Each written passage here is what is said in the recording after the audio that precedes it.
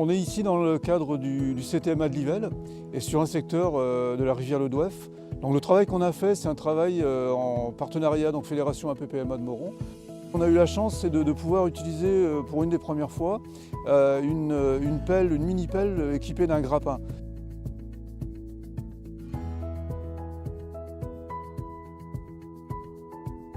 On est arrivé sur un chantier qu'on a visité avec Jean-Claude au mois de mars et on s'est dit pourquoi pas travailler ici. Et il y avait du travail à faire, c'est vrai, certes. Et donc on avait décidé de travailler sur ce secteur. Et au mois de septembre, quand on est revenu, on a vraiment vu qu'il y avait quand même beaucoup de végétation et que le travail manuel n'allait pas suffire. Donc de là, Jean-Claude, avec la PPMA, nous avons pris la décision de faire intervenir l'entreprise de Kersabois pour retirer tous les arbres qui avaient tombé dans le lit de la rivière. Cette solution, en fait, elle a un gros avantage parce qu'elle permet de diminuer énormément la pénibilité du travail. Ce qui permet de concentrer, la plus-value du travail. Ça permet pour des bénévoles d'intervenir sur des secteurs même très encombrés en évitant cette pénibilité du travail qui n'a qu'un intérêt très modéré. Au-delà du chantier, en fait, l'utilisation de la mini-pelle avec un grappin, ça ouvre des réelles perspectives en fait, en termes de plus-value pour la rivière. Dans le cas de chantiers bénévoles, c'est les bénévoles qui vont pouvoir faire tout le traitement des arbres qui ont été extraits. Mais dans le cas de propriétaires privés qui ont normalement la charge de l'entretien, en fait, ils pourront prendre en charge uniquement l'enlèvement du bois, c'est-à-dire tronçonnage, récupérer le bois de chauffage le cas échéant, et puis gérer les rémanents.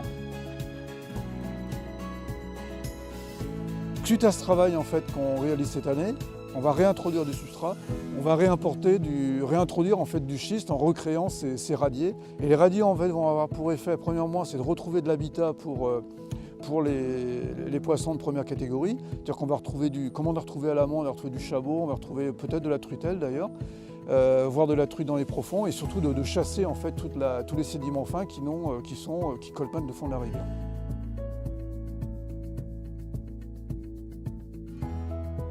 Ce qui est important, c'est que dernière nouveauté au niveau de l'agence de l'eau Loire-Bretagne, à partir de l'année prochaine, c'est-à-dire 2019, il n'y a plus de financement à l'entretien.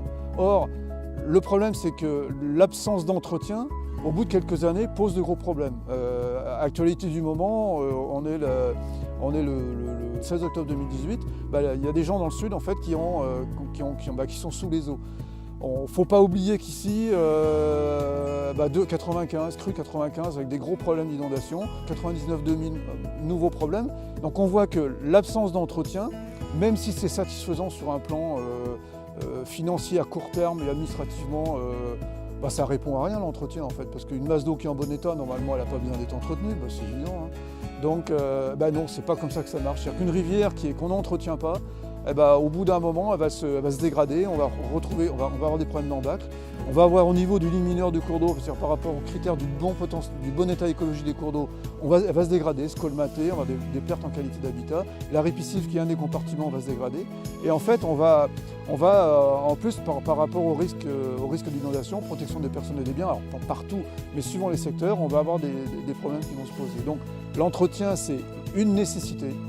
Et la technique qu'on a employée avec la petite pelle à chenille avec un grappin, c'est vraiment un super outil.